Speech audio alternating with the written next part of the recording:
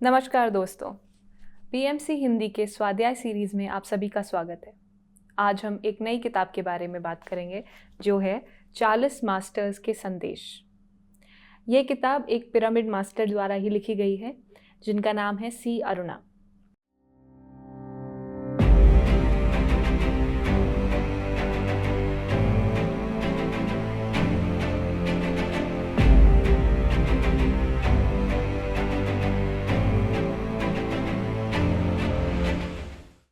तो हुआ कुछ ऐसा दोस्तों कि सी अरुणा जी जब ध्यान में पहली बार आई तो उनको ध्यान में कुछ अनुभव होने लगे कि उनको कुछ मास्टर्स दिखने लगे जो उनको एक कागज़ और पेन पकड़ा करके जा रहे थे ध्यान में। तो उन्होंने पत्री जी से पूछा कि सर ये मास्टर्स मुझे कागज़ और कलम दे करके क्यों जा रहे हैं, इसका क्या मतलब है। तो पत्री जी ने अरुणा मास्टर को ये बोला कि आप ऑटो राइटिंग शुरू करिए, जिसको कहते हैं स्वचालित लेखन। और अरुणा जी जिन्होंने रूथ मॉन्टगोमरी और जेन रॉबर्ट्स की किताबें पढ़ी थी, उन्हें पता तो था कि चैनलिंग होती क्या है और इसे कैसे करते हैं, लेकिन उन्हें ये विश्वास नहीं हो रहा था कि वो भी ये कर सकती हैं। लेकिन पत्री जी की थोड़ी और जिसे कहते हैं प्रेरणा, मोटिवेशन और इंस्पिरेशन के द्वारा उन्होंने सोचा कि चलो मैं भी ये कोशिश करती हूँ और मैं भी शायद ये कर सकती हूँ। तो 11 जनवरी 1993 में पहली बार जब वो ध्यान में बैठी तो उन्हें 45 मिनट तक ये संदेश आए, ये मैसेजेस आए, जिन्हें वो एक बार लिखना जब उन्होंने चालू किया तो वो अपने हाथ को जैसे मानो रोक ही नहीं पाई और वो पूरा संदेश उन्होंने एक ही बैठक में 45 मिनट में पूरा किया। इसके बाद अगले 1 से 1.5 साल तक उन्होंने सारे संदेश लिखे जो उन्हें मिले, जिनका इस किताब में उल्लेखन किया गया है। तो आज उन 40 मास्टर्स में से हम 3 मास्टर्स के बारे में बात करेंगे जिनके संदेश अरुणा जी ने हम तक पहुंचाए हैं। उनमें से पहली मास्टर जो हैं उनके बारे में अगर आप हिंदुस्तान में रहते हैं तो ऐसा हो ही नहीं सकता कि आप ना जाने, वो हैं सीता जी। रामायण की जो मास्टर हैं सीता, उनके बारे में लिखा गया इस किताब में और उनके बारे में आज हम सबसे पहले बात करेंगे। तो जो सीता थी वो एक बहुत ही, हम जानते हैं वो एक उच्च लोक से आई थी, वो बहुत ही उच्च लोक की मास्टर थी, लेकिन उनके जीवन से हमें क्या संदेश मिल सकते हैं वो हम जानेंगे। तो सबसे पहला संदेश जो मास्टर सीता हमें देना चाहती हैं वो ये कहना चाहती हैं कि उनके जीवन का जो जन्म था वो जन्म अपने आप में इतना निराला था और अपने आप में ही इतना अनूठा था, क्योंकि जैसा हम जानते हैं कि राजा जनक ने उनको धरती से निकाला था हल जोतते समय। तो इसके पीछे का जो हम अगर देखें कि आध्यात्मिकता में क्या क्या विज्ञान है इसके पीछे, कैसे ये हुआ, तो मास्टर सीता के पास ये एक सिद्धि थी जिसमें वो अलग अलग पदार्थों का एक मिश्रण करके एक भौतिक शरीर बना सकती थी। उस आत्मा के पास ये सिद्धि थी, तो उन्होंने उस सिद्धि का उपयोग करके अपना शरीर बनाया। इसे तो हम वैसे जानते हैं दोस्तों आध्यात्मिकता में कि अपने जीवन के हम खुद ही रचनात्मककार होते हैं, हम खुद ही रचना करते हैं अपने जीवन की, लेकिन मास्टर सीता ने इस बात को परिपूर्ण रूप से हम लोगों को दिखाया कि ऐसा होता कैसे है। तो ये तो हुई उनकी जन्म की बात जो अपने आप में बहुत निराली थी। उसके बाद जो सीता यहाँ पर कहती हैं वो ये कहती हैं कि उन्होंने अपने जीवन में 2 व्यक्तियों से सबसे ज़्यादा जो है वो पाठ सीखे, और वो 2 व्यक्ति कौन थे उनके जीवन में, वो थे राम और रावण जी। ये तीनों मास्टर जो थे एक दूसरे की ज़िंदगी में बहुत ही एक गूढ़ तरीके से एक दूसरे के साथ इन्होंने अपना डिज़ाइन बनाया था, अपना सोल प्लान बनाया था, जिसकी वजह से इन्होंने एक दूसरे को बहुत सारे पार्ट सिखाए और एक दूसरे से बहुत सारे पार्ट सीखे भी। तो वो राम के बारे में कहती हैं कि राम एक बहुत ही अलग आदमी थे, वो समाज की आंखों में जैसे थे, वो सीता ने उन्हें कभी वैसे देखा ही नहीं क्योंकि उनके लिए वो उनके एक पति थे। तो समाज की आंखों में देखिए जाहिर सी बात है, जैसे भी कोई व्यक्ति होता है एक राजा के रूप में, जैसे राम थे, सीता उन्हें एक पति के रूप में, एक राजा के रूप में तो देखती ही थी, लेकिन एक पति के रूप में भी उन्होंने देखा अपने पूरे जीवन में। तो वो ये देखती थी कि जो राम का पहलू और कोई नहीं देख पाता था वो सीता देख पाती थी, और जो राम के बारे में वो कहना चाहती थी वो कभी कह भी पाती थी, कभी नहीं भी कह पाती थी, क्योंकि वो राजा राम थे। तो उनका सबसे पहला जो पार्ट था उस जीवन का वो था अधीनता का। अब एक पति के अधीन कैसे रहना है, एक जो उनके पति राजा थे, एक राजा थे, और ना कि बस कोई राजा, वो राजा राम थे, तो उनके अधीन कैसे रहना है, ये पार्ट उन्होंने राजा राम से सीखा। तो कहते हैं सबसे पहले उनकी परीक्षा तब हुई जब उन्होंने राम को वो स्वर्ण मृग लाने के लिए कहा। वो कहती हैं ये पहली और एकमात्र बार था जब उन्होंने राम से अपने लिए कुछ मांगा। और वो कहती हैं कि आप इस बात को मत समझिए कि वन जाने के लिए भी तो मैंने ही कहा था, क्योंकि वो कहती हैं वो उनका कर्तव्य था, तो कर्तव्य में कोई इच्छा का प्रश्न नहीं उठता है। तो वो कहती हैं कि पहली और एक बार मात्र जब उन्होंने राम से ये मांगा कि मेरे लिए स्वर्ण मृग लाओ, और राम ये लाने के लिए गए, तो उसी क्षण में रावण ने उनका हरण कर लिया। हरण करने पर वो रावण के बारे में ये बताती हैं कि रावण चाहे जैसे भी थे, बहुत ही, हम जानते हैं, बहुत क्रूर स्वभाव के थे और बहुत ही हिंसात्मक प्रवृत्ति के थे, लेकिन वो ये कहती हैं कि उनकी सब बुराइयों के बावजूद वो अपने जितनी भी औरतों को उन्होंने पकड़ रखा था, लंका में अपने साथ रखा था, वो उन सब से उनकी स्वेच्छा के बिना कभी भी उनके पास नहीं जाते थे। तो वो उस बात को सराहती हैं। तो हम देखते हैं कि मास्टर सीता यहाँ पर दूसरे मास्टर की छोटी छोटी बातों को भी सराहती हैं, चाहे वो रावण ही क्यों ना हो। तो वो कहती हैं कि इसको मैंने कैसे, कहते हैं जो काउंटर किया, मैंने इस बात को कैसे इसका हल निकाला, कैसे इससे मैं आगे बढ़ी कि रावण एक तरफ तो सबको बुला रहे हैं अपने कक्ष में, अपने महल में, और सीता नहीं चाहती थी कि ऐसा हो।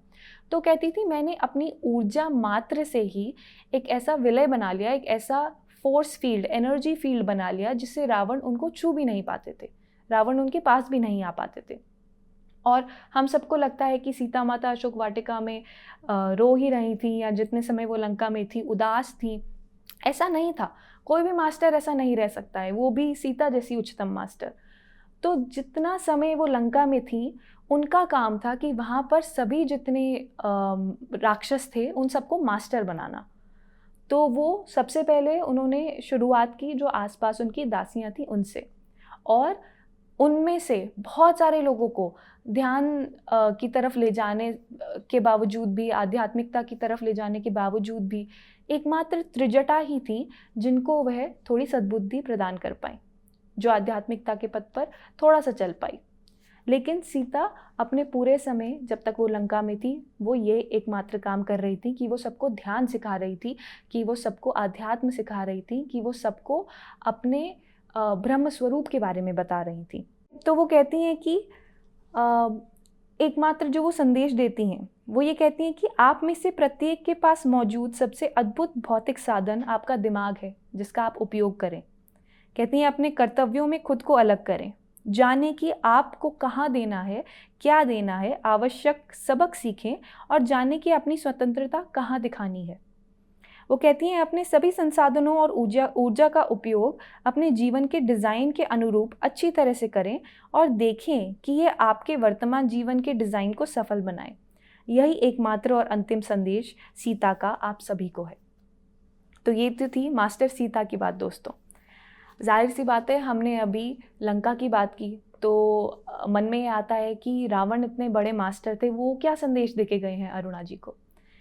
तो रावण के बारे में कहें तो उन्होंने ये बोला है, वो कहते हैं मेरे जीवन के मुख्य 2 महत्वपूर्ण तथ्य थे, जिन्हें वो बताते हैं कि पहला ये था कि 10 महीनों में, जी ये रावण के ही शब्द हैं, वो कहते हैं 10 महीनों में कोई भी साधक जो कुछ भी सरल ज्ञान रखता है वह प्राप्त कर सकता है जो मैंने प्राप्त किया।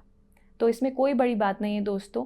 अगर आप ध्यान में तल्लीन हो, अगर साधना हो, और अगर आप उस साधना में तल्लीन होकर के उसको करते रहें, रोज़ अभ्यास करें, रोज़ ध्यान अभ्यास करें, तो एक ना एक दिन ज़रूर आप वो सब प्राप्त कर सकते हैं जो इन सभी मास्टर्स के पास था। और दूसरी बात, दूसरा तथ्य जो वो बताते हैं, वो कहते हैं कि मैं 10 सिरों का स्वामी हूँ, और ये सिर मेरी जागरूकता के प्रमाण है, लेकिन मेरे जैसा कोई अन्य दिखावटी ध्यानी भी नहीं है। ये भी बात एक सच है, ये भी बात एक तथ्य है। तो वो कहते हैं कि परोक्ष रूप में मेरे गुरु राम थे। अब अगर उनके गुरु राम थे, तो उनके गुरु को, अपने शिष्य को मारने जैसा कठोर कदम क्यों उठाना पड़ा, ये सवाल हम सबके जहन में आता है। तो रावण इस बात पे कहते हैं कि आप मुझसे 3 बातें सीखिए। आत्म महत्व आध्यात्मिकता की प्रगति के लिए सबसे बड़ी बाधा है। आत्म महत्व आध्यात्मिकता की प्रगति के लिए सबसे बड़ी बाधा है, ये पहली बात है जो वो कहते हैं। दूसरी बात वो कहते हैं, अर्ध ज्ञान आपके आत्म महत्व पर शासन करने वाला है। तो तीसरी बात कहते हैं, आत्म महत्व और अर्ध ज्ञान से सावधान रहें। तो दोस्तों, ये कोई नई बात नहीं है।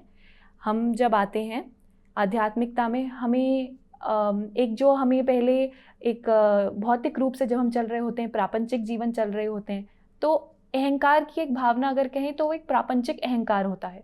लेकिन जब हम आध्यात्मिक जीवन में उतरते हैं तो बहुत से लोगों को लगता है कि आध्यात्मिकता में उतरने के बाद कोई अहंकार नहीं है, लेकिन ऐसा नहीं है।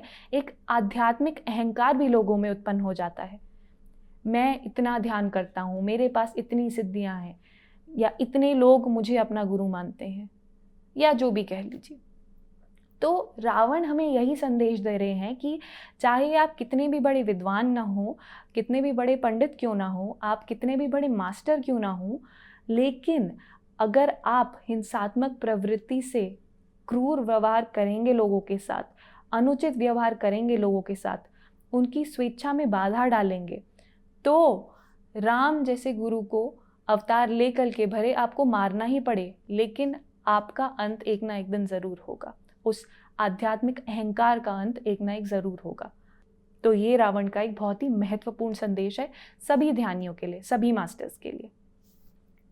अब आते हैं हम राम की तरफ।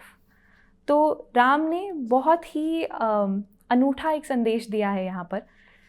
संदेश की शुरुआत में ही वो कहते हैं कि आप मुझे श्री उपसर्ग के साथ मत फंसाइए, क्योंकि मैं आप सभी की तरह सामान्य हूँ।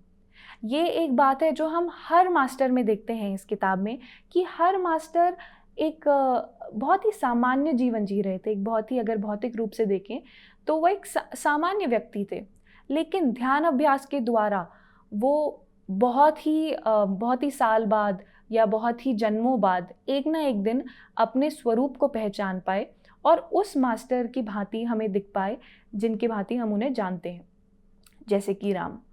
तो वो कहते हैं कि आप मुझे श्री उपसर्ग में मत फंसाइए, क्योंकि मैं आपके समान ही एकदम सामान्य व्यक्ति हूँ। वो कहते हैं आपको अगर श्री उपसर्ग देना है तो आप मेरी बीवी सीता को दीजिए, क्योंकि उन्होंने अपने पाठ मेरे से बहुत अच्छी तरह सीखे। वो कहते हैं कि एक सार्वजनिक व्यक्तित्व के रूप में अपने माता पिता और अपने लोगों के मानकों पर खड़ा उतरने के लिए मुझे कुछ निश्चित सामाजिक खांचे में स्थापित रहना पड़ा, और एकमात्र व्यक्ति जिसने मुझे सामाजिक खांचे के बिना देखा वह थी सीता।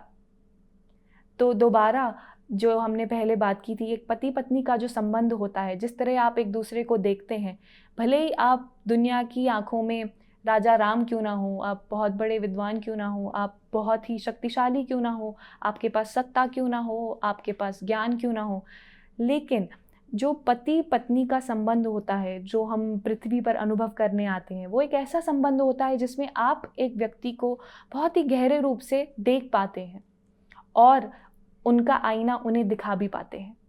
तो ऐसा ही आईना थे राम और सीता एक दूसरे के लिए, जो वो एक दूसरे को समय समय पर दिखाते थे।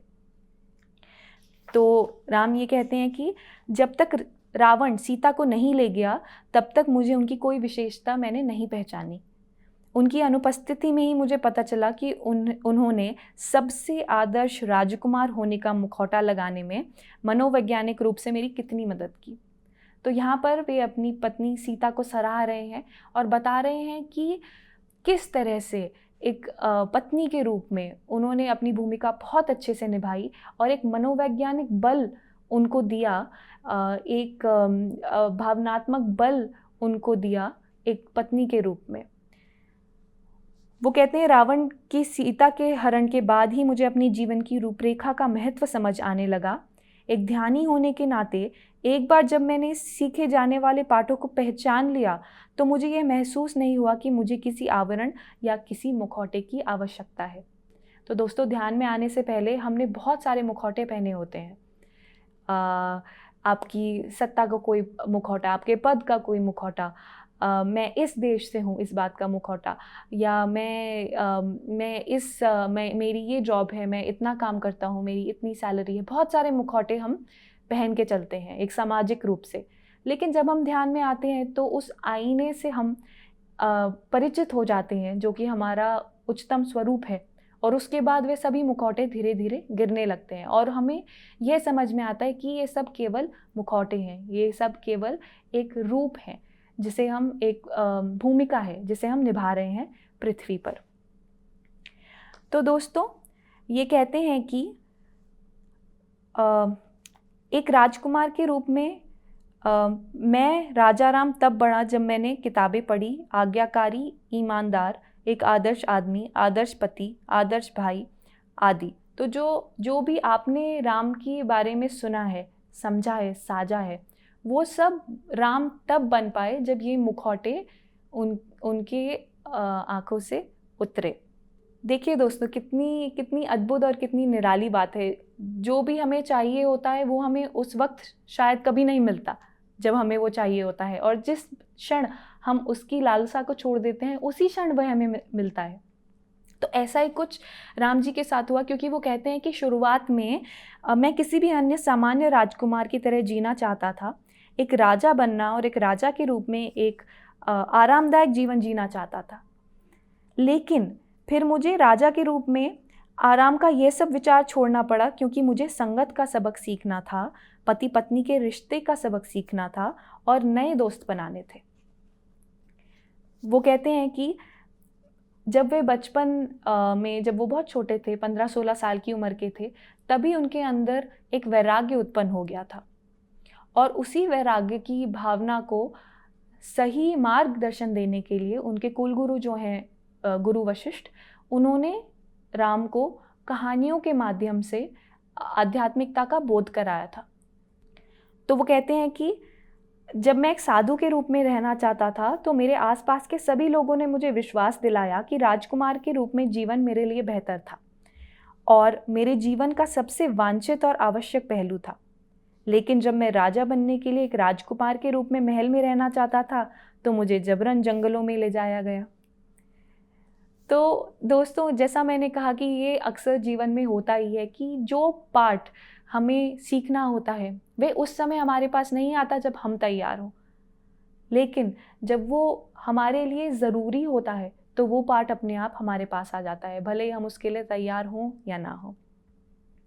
राम इसके बाद ये कहते हैं कि जब सीता का अपहरण किया गया था तो उन्हें ढूंढना मेरा नैतिक कर्तव्य था।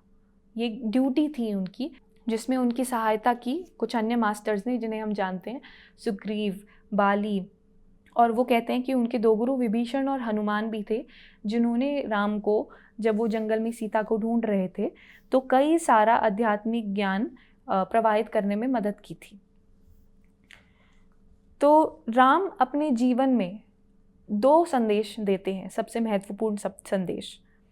वो कहते हैं कि आपको जीवन में सब कुछ अनुभव करना है, ये उनका पहला संदेश है। हर किसी को जीवन में सब कुछ अनुभव करना है। वो कहते हैं यदि आप अपने जीवन में किसी चीज़ से घृणा करते हैं तो उसे ज़ोर से घोषित करें, तभी इस नफ़रत के पीछे छिपे विचार सामने आएंगे। जब नफ़रत का कारण ख़त्म हो जाता है तो आप उस विशेष चीज़ से प्यार करते हैं और उसके साथ अच्छी तरह से रहते हैं और उससे सबक सीखते हैं।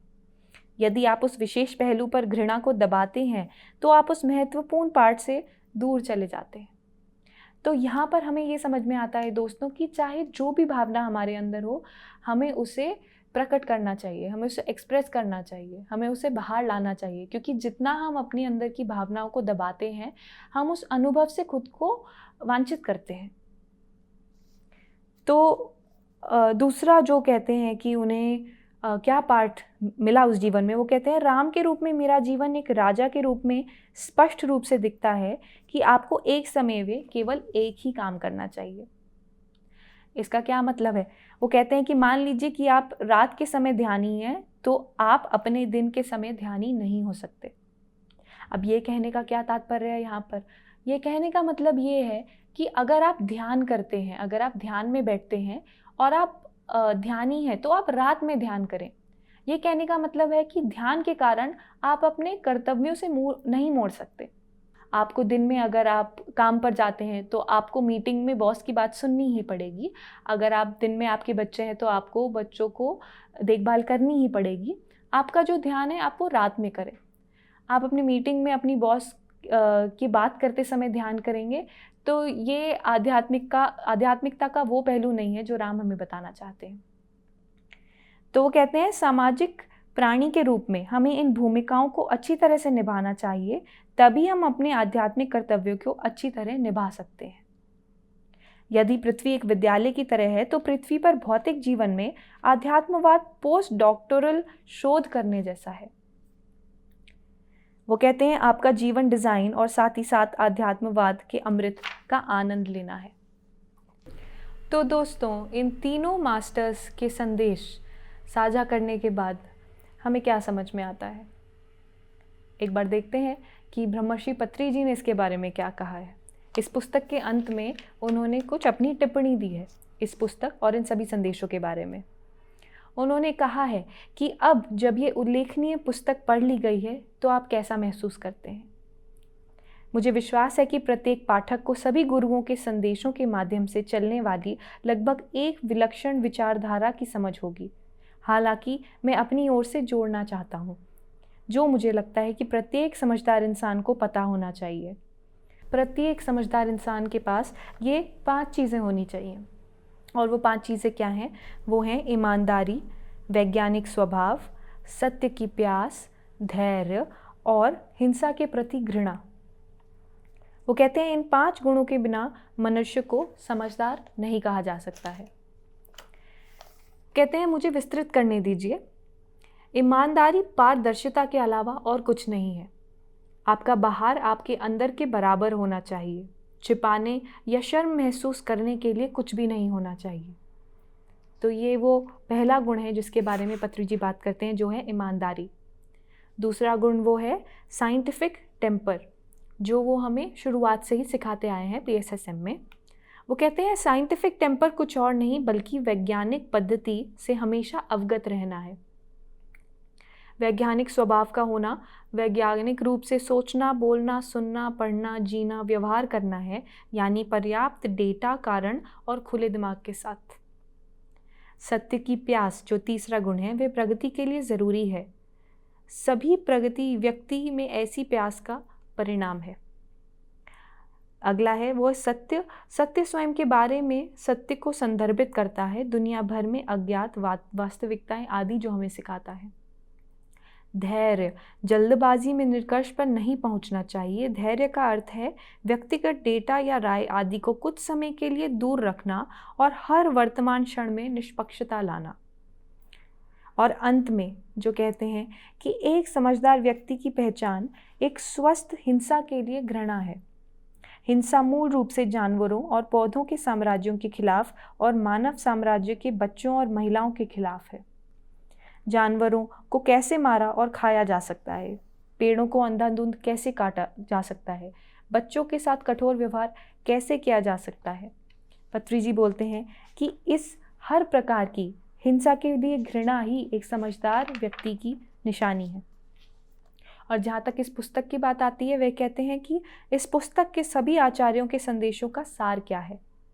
तो सार वो ये बताते हैं कि सबसे पहला, सभी को प्रतिदिन ध्यान करना चाहिए। ध्यान ध्यान ध्यान, प्रतिदिन ध्यान।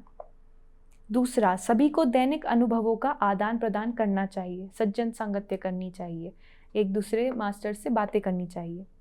तीसरा है प्रत्येक व्यक्ति को प्रतिदिन गुणवत्तापूर्वक आध्यात्मिक पाठ करना चाहिए, जिसे हम कहते हैं स्वाध्याय। तो सभी मास्टर्स की किताबें पढ़नी चाहिए मेरे दोस्तों, जो हम स्वाध्याय सीरीज़ में कर रहे हैं।